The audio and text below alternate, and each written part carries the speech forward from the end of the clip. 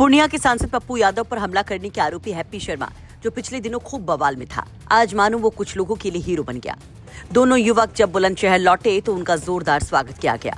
बुलंदशहर के रहने वाले हैप्पी शर्मा और सुमित गिरी गोस्वामी के गांव लौटने पर बाकायदा रोड शो निकाला गया। खुली जीप में दोनों युवक नजर आए। सड़क के दोनों तरफ लोग स्वागत के लिए खड़े थे। कहीं फूल मालाएं बनाई गईं, कहीं ढोल और डीजे बजते नजर आए। महिलाओं ने तिलक लगाकर आरती उतारी। यानी गांव पहुंचने पर ऐसा माहौल बना जैसे कोई बड़ा युद्ध जीत कर लौटे हो ये योद्धा। इन तस्वीरों से सोशल मीडिया पर बहस छिड़ गई, क्योंकि सवाल सिर्फ स्वागत का नहीं, सवाल ये है कि जिन दो लोगों पर सांसद के आवास पर पहुंचकर विवाद खड़ा करने और जूता फेंकने जैसे आरोप लगे, उनका इस तरह से सार्वजनिक स्वागत क्या संदेश देता है। इसको लेकर लोग तमाम तरह की बातें कहने लगे। इन तस्वीरों को जमकर शेयर किया जाने लगा। तस्वीरें जब सोशल मीडिया पर वायरल हुई तो राजनीतिक गलियारों तक इसकी चर्चा शुरू हो गई।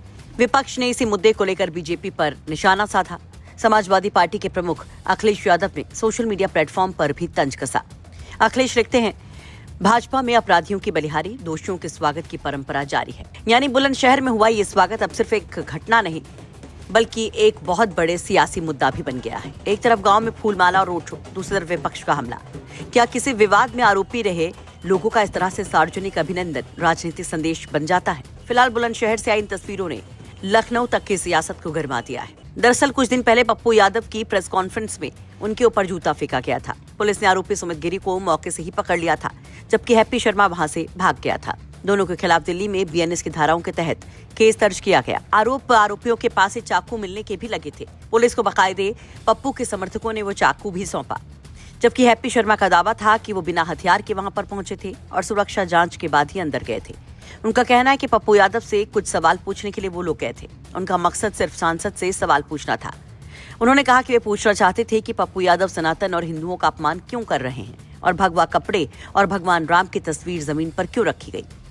उन्होंने ये भी कहा कि उनके सवाल पूछते ही पप्पू यादव के समर्थकों ने उनकी पिटाई शुरू कर दी और जूता किसने फेंका उन्हें इसकी जानकारी तक नहीं, जबकि पप्पू यादव ने इसे अपने खिलाफ एक बहुत बड़ी साजिश बताया था, अपनी जान को खतरा भी बताया था। पप्पू यादव की तरफ से दिल्ली पुलिस को शिकायत भी दी गई थी, जिसके तहत कई गंभीर धाराओं में एफआईआर भी दर्ज हुई।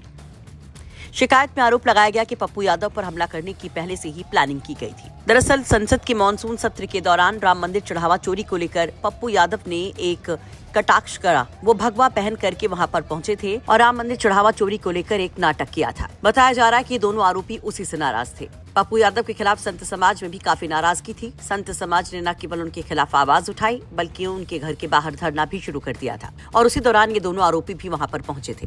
हैप्पी शर्मा बुलंदशहर के कोतवाली देहात क्षेत्र के नेतला गांव का रहने वाला है। वो बीजेपी के ग्रामीण मंडल का उपाध्यक्ष भी बताया जाता है, जबकि दूसरा आरोपी सुमित गिरी सिकंदराबाद के शहपानी गांव का निवासी है और वो बीजेपी के सिकंदराबाद मंडल में नगर सचिव के पद पर तैनात बताया जाता है। बुलंदशहर से मुकुल शर्मा की रिपोर्ट, यूपी तक।